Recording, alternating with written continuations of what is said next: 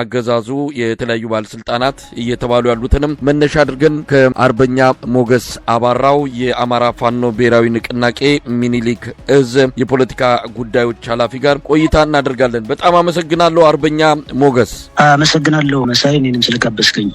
አብይ አህመድ በየሚዲያው እየሄዱ የሚናገሩት እናንተንም የተመለከቱ ነገሮች አሉ። ባጫ ደበሌም እንደዚሁ ቤተመንግስት ባዶን ብታገኙት ራሱ መግባት አትችሉም አቅም የላችሁም የሚል ያነሳው ነገር አለ። እሱ ላይ እንወያያለን። የምጀምረው ከናንተ ወቅታዊ አቋምና ቁመና ጋር የተያዘ ነው። ምን ላይ ነው ያላችሁት? በአውደ ውጊያ፣ በስልጠና፣ በህዝባዊ ውይይት ምን እያከናወናችሁ ነው ያላችሁት? እንደ አማራ ፋኖ ብሔራዊ ንቅናቄ የራሳችን ድርጅት አለ። ይሄ ድርጅት የአማራ ህዝብ ትግልን በማስተባበር በመምራት የመሪነት ሚናውን በመወጣት አጠቃላይ በወታደራዊ፣ በፖለቲካዊ፣ በዲፕሎማሲ በሁሉም ዘርፎች እየሰራ ያለ ድርጅት ነው። ይሄ ድርጅት ከብዙ ዋጋ ከብዙ መስዋዕትነት በኋላ ምናልባት ለዘመናት የአማራ ህዝብ ድርጅት አልባ የሚሰባሰብበት ቤት አልባ ሆኖ ቆይቷል።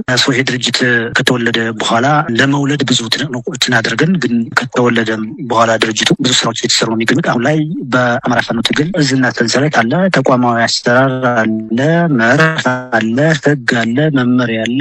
ከላይ ወደ ታች የሚወርድ አሰራር አለ፣ ከታች ወደ ላይ የሚሰበሰብ የስራ ሪፖርት አለ፣ ከላይ ወደ ታች ደግሞ የሚወርዱ የስራ የተቆጠሩ ስራዎች ይሰጣሉ እና ይሄ በተቋማዊ አሰራር ውስጥ አንድ ያመጣ ነው ለውጥ ነው። አጠቃላይ በዚህ ወቅት ትግል እንደ ድርጅት ወይም ደግሞ አጠቃላይ እንደ አማራ ፋኖ ወቅቱን በመጠቀም አንድ ሁለተኛ ትግል ለማሳጠር ወሳኝ ጊዜ ላይ በመሆኑ ጠላት ከደረሰበት ኪሳራም አንጻር ወሳኝ ምዕራፍ ላይ ነው የምንገኘው። ይህን ግምት ውስጥ ያስገባ በርካታ ስራዎች እየተሰሩ ነው የሚገኙት። ድርጅታችን በሁሉም እዞች ማለት ይቻላል በሁሉም እዞች ሰራዊታችን በወትሮ ዝግጁነትና በበቂ ቁመና ላይ ነው የሚገኘው። በተለይ ደግሞ በወታደራዊ በኩል ወቅቱን የጠበቁ ስራዎች እንዲሰሩ እስካሁን ከተሰሩ ስራዎች የበለጠ ምናልባትም ወደ መጨረሻው ድል ሊወስደን የሚችሉ ዝግጅቶች የተደረጉ ነው የሚገኙት።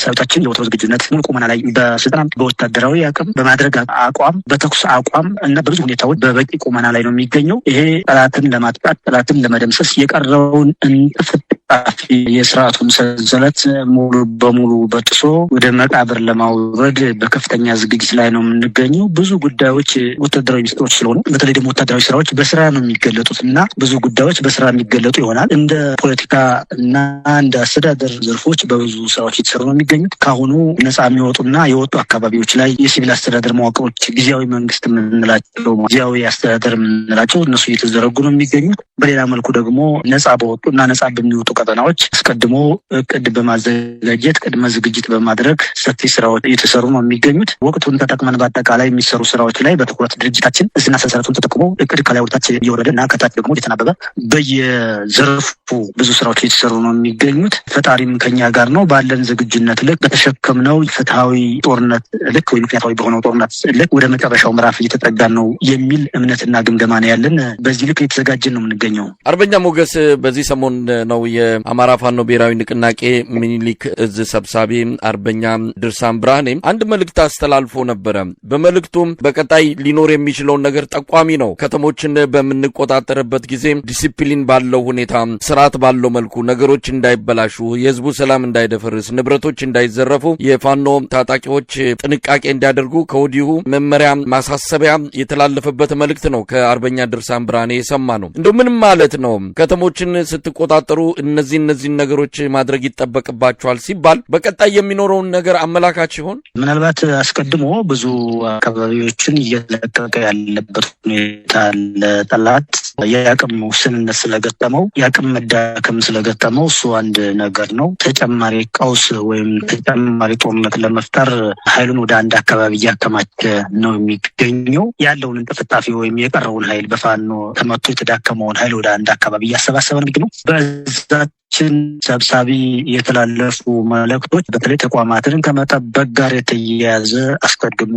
ማለት ነው እንግዲህ ነጻ በሚወጡ ቀጠናዎች እና በወጡ ቀጠናዎች ወይም አካባቢዎች ሰራዊታችን ዲስፕሊን ያለው ስርዓት ያለው በመመሪያ የሚገዛ ሰራዊት ነው። በነገራችን ላይ ብቁ የሆነ ሰራዊት የተገነባ እና ስርዓት ያለው ለህልውና የሚታገል ህዝቡን የሚያከብር ሰራዊት ነው። አካባቢዎች መንግስት አልባ አስተዳደሮችን ማቋቋም እንደሚያስፈልግ የተሰጡ ማሳሰብ፣ በሌላ መልኩ እንደዚሁ ደግሞ ተቋማትን መጠበቅ በተለያዩ ደረጃ ሰጡ ማሳሰቢያዎችና አቅጣጫዎች አሉ። እሱ አጠቃላይ ከዙ ሰብሳቢ ከአርበኛ ድርሳን ብርሃኔ ጀምሮ እስከ ታች እስከ ሻለቃዎች በዚሁ ደግሞ በትይዩ በሲቪል አስተዳደር በኩል እስከ ቀበሌና እስከ ወረዳ ድረስ እየወረዱ ያሉ መምሪያዎች አሉ። በእቅድ ነው የምንመራው። ሰዎች እየወጡ ከላይ ወደታች የሚወርዱበት ሁኔታ አለ። በዚሁ አጋጣሚ ግን ጠላት በተለይ ቦታዎችን እየለቀቀ በአካባቢው የጸጥታ ኃይል እያሰማራ ፋኖ ዘረፈው ለማለት ተቋማትን ለማውደም ፋኖ ተቋማትን አወደመ የሚል ፕሮፓጋንዳ ለመስራት እና ህዝቡን ሽብር ውስጥ ለመክተት የሚሰራቸው ስራዎች ስላሉ እሱን ለመቆጣጠር አስቀድመን የምንሰራቸው ስራዎች አሉ። እነዚህን በመከላከል ደረጃ ህዝቡ ነቅቶ ተቋማትን እንዲጠብቅ፣ አካባቢውን እንዲጠብቅ፣ ለፋኖ የኋላ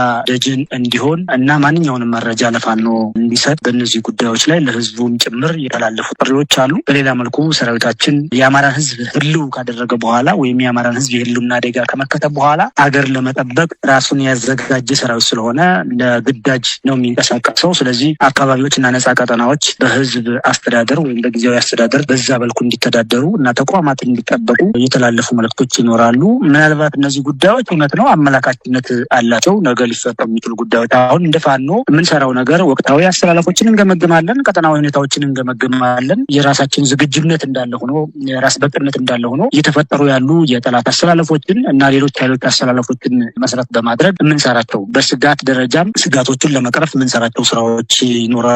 አስቀድሞ ስጋቶችን በመተንተን በሌላ መልኩ ደግሞ መልካም አጋጣሚዎችን በአግባቡ በመጠቀም ህዝባችንን ተጨማሪ ቀውሶች እንዳይፈጠሩ ለማድረግ አስቀድመን የምንከላከላቸው ወይም ደግሞ አስቀድመን የምናስብባቸው የምናቅዳቸው ስራዎች ስላሉ ከዛ ጋር በተያያዘ የወረዱ አሰራሮችና መመሪያዎች ይኖራሉ። ይሄ ድርጅታዊ አሰራር ተቋማዊ አሰራር ስለሆነ ብዙ ነገሩ በውስጥ የሚዘረዘር ነው እና አጠቃላይ ግን ነጻ የወጡ ቀጠናዎች ስላሉ እነሱን ላይ ስራዎች እንዲሰሩ አንድ፣ ሁለተኛ ነገ በኋላ ጠላት ካለው አቅም አንጻር እየተፈጠሩ ካሉ ክስተቶች አንጻር የተሰጡ ማሳሰቢያዎች ይኖራሉ እና በሰብሳቢ በኩል የተላለፉ መልእክቶች አውዳቸው ይህን የሚመስል ነው። አርበኛ ሞገስ፣ ምናልባት ሰሞኑን ካሉት አውደ ውጊያ እንቅስቃሴዎች ጋር በተያያዘ ነው እናንተ ቀጠና ያሉትን አንዳንድ ቪዲዮዎችን እየተመለከትን ነው። አብይ አህመድ የሚኩራራበት ከምንም በላይ ድሮን ታጥቀናል፣ በቴክኖሎጂ ነው ዘመኑ የሚመጥን ዘመኑን የሚዋጅ ውጊያ ነው የምናደርገው፣ አስቀድመን ጦርነት እንዳይከሰት እናደርጋለን፣ ከተከሰተም ግን በአጭር ጊዜ የሚቋጭ ጦርነት እናደርጋለን የሚል ንግግር ባቀረበ ቁጥር የሚመካው ድሮንን ነው። በሲቹዌሽን ሩም ውስጥ ቁጭ ብለን ጠላቶቻችንን እንከታተላለን፣ እያንዳንዷን እንቅስቃሴያቸውን ሲጃራ ሲያጨሱ ጭምር የሚል በትምክት የተናገረውንም የምናስታውሰው ነው። አሁን የምናያቸው ቪዲዮዎች ደግሞ የፋኖ በተለይ በእናንተ ቀጠና የአገዛዙ ሰራዊት ሲንቀሳቀስ የተለያዩ ምሽግ ቦታዎችን ይዞ የሚታይባቸውን የድሮን ቪዲዮዎችን እየተመለከትን ነው። ስለዚህ የእናንተም የመሳሪያ አቅም የእናንተም የትጥቅ ደረጃ ከጊዜ ወደ ጊዜ እያደገ መጥቷል ማለት እንችላለን። ምናልባት ይሄ ብዙ ጉዳዮች ሚስጥራዊ ጉዳዮች ናቸው። ይህን ታጥቀናል ብሎ ለአገዛዙ ግባት እንዳይሆን በማሰብ እነዚህ ጉዳዮች በስራ የሚገለጡ ናቸው እንዳልኩ። ምናልባት ግን ጠላት ጋራ ተገዳዳሪ ብቻም አይደለም ከዛም ማለፍ ያለ ወታደራዊ ዝግጁነት አለን እና ያለን ዝግጅት ያለን ቁርጠኝነት ያለን ወታደራዊ ስራዎች ተደምረው በስራ የሚገለጡ ይሆናል። የአማራ ህዝብ እያደረገ ያለው ትግል ብዙ ለውጦችን ብዙ ክስተቶችን ይዞ ይመጣልና ይሄ ደግሞ ለዓለም አቀፉ ማህበረሰብ ለኢትዮጵያውያን በስራ የሚገለጥ ነው የሚሆነው። አጠቃላይ ግን በስራ የሚገለጹ ነገሮች ስላሉና ወታደራዊ ሚስጥሮች ስላሉ እዚህ ላይ ብዙ ሀሳብ ባልሰጥ የሚል እምነት አለኝ። እንግዲህ ሰሞኑን በተለያዩ አካባቢዎች ከሚደረጉ ወታደራዊ እንቅስቃሴዎች አንዱ የብልጽግናና የህወሓት ፍጥጫ ነው። በወልቃይት አቅጣጫ ቅዳሜ ዕለት ከበድ ያለ ውጊያ ተደርጎ ከዛ በኋላ አልቀጠለም። ሁኔታዎች ባሉበት ነው የቀሩት። ነገር ግን መጠነ ሰፊ ጦርነት ሊመጣ እንደሚችል ጠቋሚ በሆነ ወታደራዊ እንቅስቃሴ ውስጥ ነው ያለው። እንደው ይህንን ክስተት እንዴት እየተከታተላችሁት ነው የምትገኙት? አጠቃላይ ሁኔታው በቀጠናው እየተደረገ ስላለው እንቅስቃሴ ምን ማለት ይቻላል? አገዛዙ እያቀዳቸው ያሉ ስራዎች አሉ። የተንኮል ስራ ምናልባት በኢትዮጵያ ላይ ጊዜ ተጠቅሞና አጋጣሚ ሆኖ በዚች የተቀደሰች ሀገር አናት ላይ የወጣ ስርዓት ነው። ሁሉም ነገር በአብይ አህመድ ጭንቅላት ወይም አእምሮ የሚሰሩ ስራዎች ሀገሪቱን እያወደሙ ነው የሚገኙት። ከዚህ መካከል አንዱ መገለጫ የሆነው ቀጠናዊ ጦርነት እየወለደ ነው ያለውና በተለይ አገዛዙ አሁን እያደረገ ያለው እንቅስቃሴ ጦርነቱን ወደ ቀጠናዊ እያሳደገው ነው የሚገኘው። ይሄ አገዛዝ ያለ ጦርነት ውሎ ማደር የማይችል የአብይ አህመድ አእምሮ ከጦርነት ውጭ ስልጣን ላይ መቆየት የማይቻል እንደሆነ አድርጎ የሚያስብ አደገኛ የሆነ አገዛዝ ነው። ጦርነት መጀመር መሰረታዊ ፍላጎቱ ነው። ይሄን ሌላ ጦርነት ለምን ይጀምራን ካል አንደኛ አማራ ላይ ያወጀው ጦርነት እየተሸነፈና የተሸናፊነት ውጤት እያገኘበት ስለሆነ መሸነፉ ካልቀረ ሌላ ጦርነት ለኩሶ መሸነፍ ይፈልጋል። አማራን ለማወዛገብ ይፈልጋል። አማራን ለማከፋፈል ይፈልጋል። በተለይ ደግሞ በወልቃይት አቅጣጫ በኩል የከፈተው ጦርነት አለ። አለ። ሙን ነው በነገራችን ላይ አገዛዙ ነው የከፈተው። ለምን ከፈተው ቃል የራሱ ፍላጎቶች አሉ። አንዱ ጦርነቱ ቀጠናዊ እንዲሆን የመፈለግ አባዜ ነው። በዛ በኩል ሱዳንን ለመጋበዝ፣ ኤርትራንም ለመጋበዝ፣ ሌሎች ኃይሎችንም ለመጋበዝ ይሆናል። ሁለተኛ በዛ በኩል የጦርነት ግንባር እንዲፈጠርለት ይፈልጋል። በተለይ ደግሞ ሌሎች ኃይሎች አማራን ወረረ በማለት ለማደናገር የሚፈልገው ሁኔታ ስላለ አማራ በዛ በኩል ጦርነት ተከፍቶብሃል እንዲያደርግ መክት ወይ ደግሞ ተባበረኝ ወይ ከጎን የተሰለፍ የሚል ጥሪ ለማስተላለፍ የከፈተው ጦርነት ይኖራል። ሌሎች ፍላጎቶችም ይኖሩታል በነገራችን ላይ እና በዛ በኩል ያን ጦርነት መክፈት የፈለገበት። በአጠቃላይ ግን በዛ በኩል ጦርነት ከፍቶ መሬት ላይ እንደምናረጋግጠው ከፍተኛ ዋጋ ነው የከፈለበት። በዛ በኩል ማን ይምታው ማን ራሱ የሚረጋገጥበት ሁኔታ እንዳለ ሆኖ ግን ዋጋ ከፍሎበታል። በዛ በኩል ያሰለፈው የኢትዮጵያ ወጣት እያለቀ ነው ያለው። ይሄ አገዛዝ በእጁ ደም የጨበጠ ያለ ጦርነት መኖር የማይችል አገዛዝ በሁሉም ቦታ ጦርነት ይለኩሳል። ስለዚህ በዛ በኩል ያተረፈው ነገር የለም ብቻም አይደለም፣ ከዛ በላይ ከባድ ኪሳራ ደርሶበት ብዙውን አስጨፍጭፎ ነገሩ የከሰመበት ሁኔታ አለ እና በአጠቃላይ ግን ተከታታይ ጦርነት እንዲኖር ነበር የሚፈልገው። በዛ በኩል ጦርነቱ ሲቀሰቅስ አንደኛ ነገር በዛ በኩል ተከታታይ ጦርነት እንዲኖር ይፈልጋል።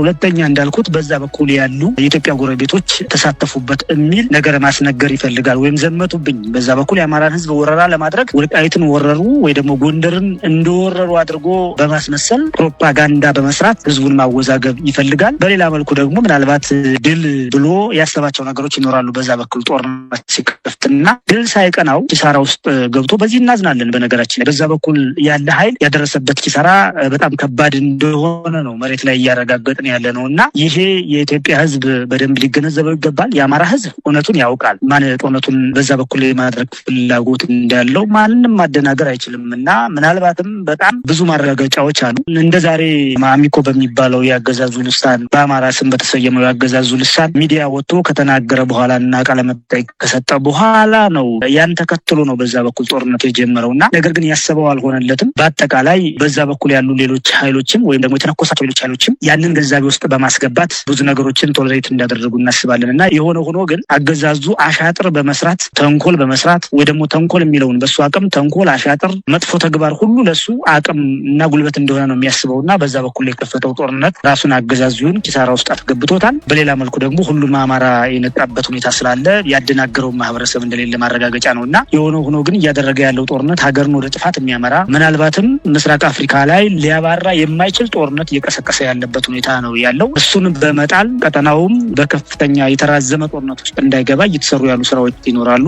እሱን በሂደት የምናየው ነገር ነው የሚሆነው እና አጠቃላይ ግን ያገዛዙ ፍላጎት ሌላ ጦርነት እያዋለደ መሆኑና ያ ጦርነት ደግሞ በየት በኩል መሆን እንዳለበት እየሰራ ያለበት ሁኔታ ነው ያለው። ነገም ከነገ በኋላ ምናልባት በቀናት ውስጥ ደግሞ የሚያፈነዳው ጦርነት ይኖራል። በሂደት የምናየው ነው የሚሆነው። እንደው አርበኛ ሞገሳ ይሄ ሁኔታ በእርግጥ ከየትኛውም የኢትዮጵያ ኃይሎች ጋር በትብብር የምትሰሩት ስራ ሊኖር እንደሚችል ባለፈውም ሊቀመንበራቸው አርበኛ ዘመነ ካሴ ገልጾታል። ያለቀ የተጠናቀቀ ነገር ሲኖር ወደፊት ይታወቃል የሚል ነገር ነው ያለው። ግን አሁን ባለው አጠቃላይ አብይ አህመድም እናንተን ኮርነር ለማስያዝ እናንተን ጥግ አስይዞ በተለይም ከዚህ ከሚፈጠረው ትብብር ጋር በተያያዘ እናንተን ሚናችሁን እንድትለዩ አሰላለፋችሁን እንድታሳውቁ የሚመስል ጫና ውስጥ እንዳላችሁ ይገባናል። የእናንተ ሚና ወይም አሰላለፍ ምን ሊሆን ይችላል? ይሄ ጦርነት በአንድም ይሁን በሌላ ይመለከታችኋል። በትብብርም ይሁን በተለያዩ ግንኙነቶች በጋራ መስራታችሁ የሚጠበቅ ነውና ሚናችሁና አሰላለፋችሁን እዚህ ላይ ማሳየት ይቻል ይሆን? በመጀመሪያ ደረጃ ትግላችን በባዶ እጃችን ከተነሳን በኋላ በህዝብ አብዮት የተወለደ ትግል ነው። የህዝብ አብዮቱን ተከትሎ ድርጅት ተፈጥሯል። ያ ድርጅት እየሰራቸው ያሉ ፖለቲካዊ ስራዎች ይኖራል። አሁን የጠየቀኝ ጉዳይ ከፖለቲካዊ ስራዎች የሚመደብ ጉዳይ ነው። የፖለቲካ መምሪያ አለ፣ የፖለቲካ ዘርፍ አለ። እሱ ስራውን ይሰራል። የወታደራዊ ኃይሉ የሚሰራው ስራ እንዳለ ሆኖ የፖለቲካ ዘርፉ የዲፕሎማሲ ስራዎችን ይሰራል፣ የሚዲያ ስራዎችን ይሰራል፣ የአስተዳደራዊ ስራዎችን ይሰራል፣ የመንግስትነት ስራዎችንም ይሰራል እና ድርጅታችን እየሰራቸው ያሉ ስራዎች እንዳሉ ሆኖ በዋናነት አንድ ሁለት ሶስት ጉዳዮችን ለማንሳት ያህል የመጀመሪያው ነገር በዚህ በፖለቲካ ዘርፍ ውስጥ ወይ ደግሞ በዲፕሎማሲው ያገኘነው ትርፍ ምንድን ነው ከተባለ ለአማራ ህዝብ ጠላት ይበዛበት ነበር። ጠላት ቀንሰን ወዳጅ ማብዛት ችለናል። ይሄ የአማራ ህዝብ ለዘመናት ከበባ ውስጥ ሆኖ ቆይቷል። በጸረ አማራ ትርክት በተፈጠረ የአማራ ጠላትነት ትርክት ይህንን ከበባ በዲፕሎማሲ መስበር ችለናል። ጠቅለል ለማድረግ ያህል አማራ የነበረውን የከበባ ወጥመድ ሰብሯል። መቼ? በፋኖ ትግል። መቼ? በአሁን ባለው በዚህ ዘመን በሚታገለው የአማራ ትግል ማለት ነውና ይሄ መጀመሪያው ነገር ነው በዋናነት። ሁለተኛ በጸረ አማራ ኃይሎች የነበረውን የጄኖሳይድ እንቅስቃሴ ወይም የአማራን የማጥፋት እንቅስቃሴ መቀለበስ ተችሏል። እንዴት? የአማራ ኃይል በመፍጠር ዲፕሎማሲያዊ ስራ በመስራት የአማራን ህዝብ ጉዳይ ፍትሃዊነት በማንጸባረቅ ናሬሽን እንዲስተካከል በማድረግ ደረጃ ብዙ ነገር ተሰርቷል እና እነዚህ መሰረታዊ ጉዳዮች ናቸው። ይህንን ተከትሎ ነው እየተፈጠሩ ያሉ ሁኔታዎች። ስለዚህ እኛ ውጤታችን አንዱ ከዲፕሎማሲና ከፖለቲካ አንጻር ስንለካው የመጀመሪያው ነገር አማራ የነበረውን የከበባ ወጥመድ እየሰበረ ያለበት ጊዜ ነው። ለምን? ጠላቶችን እየቀነሰ ስለሆነ፣ ወዳጅ እያበዛ ስለሆነ። ሁለተኛ በዚህ ወቅት ያለው አማራ በተከተለው ስትራቴጂ በገነባው አቅም ሌሎች ኃይሎች እየፈለጉ ለአጋርነት ወይ ለትብብር ሀሳባችንን ለኢትዮጵያ መዳኛ ወይም ለራሳቸው መዳኛ ጭምር እያደረጉ ያሉበት ሁኔታ አለ። ሌላውና ሶስተኛው መሰረታዊ ጉዳይ የአማራ ፋኖ ትግል 3 ዓመት ባደረገው ጦርነት 3 ዓመት ነው ጦርነት ያደረግነው ከአገዛዙ ጋር። ይሄ አገዛዝ ጋር ጦርነት እያደረግን ባለንበት ወቅት በዚህ 3 ዓመት ውስጥ ወይም በሌላ ህዝቦች ላይ ሊያደርስ የሚችለውና ያቀዳቸው በደሎች ሁሉ ወይም ደግሞ የመከራቸው ያወጣቸው እቅዶች ሀገር የማጥፋት ወይ ደግሞ ህዝብ የማጥፋት አካባቢ የማጥፋት የሆነ ብሔር የማጥፋት እቅዶች ወይም የሆነ ሀገር የማጥፋት እቅዶች እየከሰሙ እኛ ጦርነቱን ተሸክመን ለ3 ዓመት ከቆየም በኋላ ጦርነቱን የጀመርነው ለአማራ ህዝብ ትግል ነው። የአማራ ህዝብ እየታገለ ያለው ጉዳይ ግን ሌሎችን እያዳነ ያለበት። የአማራ ፋኖ ይህን ጦርነት መሸከም ባይችል ኖሮ አብይ አህመድ በዚህ 3 ዓመት ውስጥ ከባድ ጉዳት በማንኛውም ላይ ያደርሳልና ቅድም ካልኩት የጦርነት ፍላጎት የጦርነት አባዜ አንጻር ሀገር አጥፊነት አንጻር ህዝብን የመጨፍጨፍ ፍላጎት አንጻር ብዙ ነገሮች ይከሰቱ ነበርና አቅም አጎልብተን ይህንን ጦርነት መከላከል በማቻላችን አንድ ሌላ ህዝቦች ከጥቃት መዳን ችለዋል። ይሄን ተከትሎ የአማራ ህዝብ ትግልን በበጎ ከማየት ባለፈ የጎሬጥ ያዩን የነበሩ በጠላትነት ያዩን የነበሩ ኃይሎች ወዳጅ ከመሆን ባለፈ እንደ ትልቅ ስኬት መወሰድ ያለበት ነገር ጠላት የምንላቸው የነበሩ ኃይሎች በሙሉ አገዛዙ ላይ ጠላት ሆነው የተነሱበት እየተኮሱ ያሉበት እና ለመተኮስ ጫፍ ላይ ያሉበት ሁኔታ ይሄ ለኛ እንደ ድል የምንቆጥረው ነው። እንዳልኩት ጠቅለል ለማድረግ የመጀመሪያ ለአማራ ህዝብ ጠላት መቀነስ፣ ወዳጅ የማብዛት ዲፕሎማሲውን ሰርተናል። ይህንን አገዛዝ ተባብሮ መጣል እንደሚያስፈልግ እና ኢትዮጵያን ለማስቀጠል ፋኖ ጋር ትብብር መፍጠር ወይም አጋርነት መፍጠር አስፈላጊ እንደሆነ ተረድተው የፋኖን ትግል ፍትሃዊ መሆኑን ከመመስከርና ከመቀበል ባሻገር ፋኖ ጋር መስራት አዋጭ እንደሆነ ለራሳቸው ሁሉና ለሀገር ቀጣይነት አምነው በዚህ ትግል ውስጥ የአማራ ፋኖን የፈለጉበት ሁኔታ አለ። እኛ በዋናነት የራሳችን የፖለቲካ ካልኩሌሽን ይኖራል። ድርጅታችን የራሱ የፖለቲካ አካሄድ አለው። ከዲፕሎማሲ አንጻር ከፖለቲካ አንጻር ምን መስራት እንዳለበት ያውቃልና እኛ ያሰመርናቸው የአማራ ህዝብ የህልውና ጥያቄ የምንላቸው የተዘረዘሩ ጥያቄዎች አሉ። እነሱን በሚመልስ መልኩ አንደኛ፣ ሁለተኛ ሀገሪቱን በሚያስቀጥል መልኩ እና የዚችን ሀገር ከመፍረስ መታደግ የዚችን ሀገር ቀጣይነት በዘላቂነት በሚያረጋግጥ መልኩ እየተሰሩ ያሉ የዲፕሎማሲ ስራዎች አሉና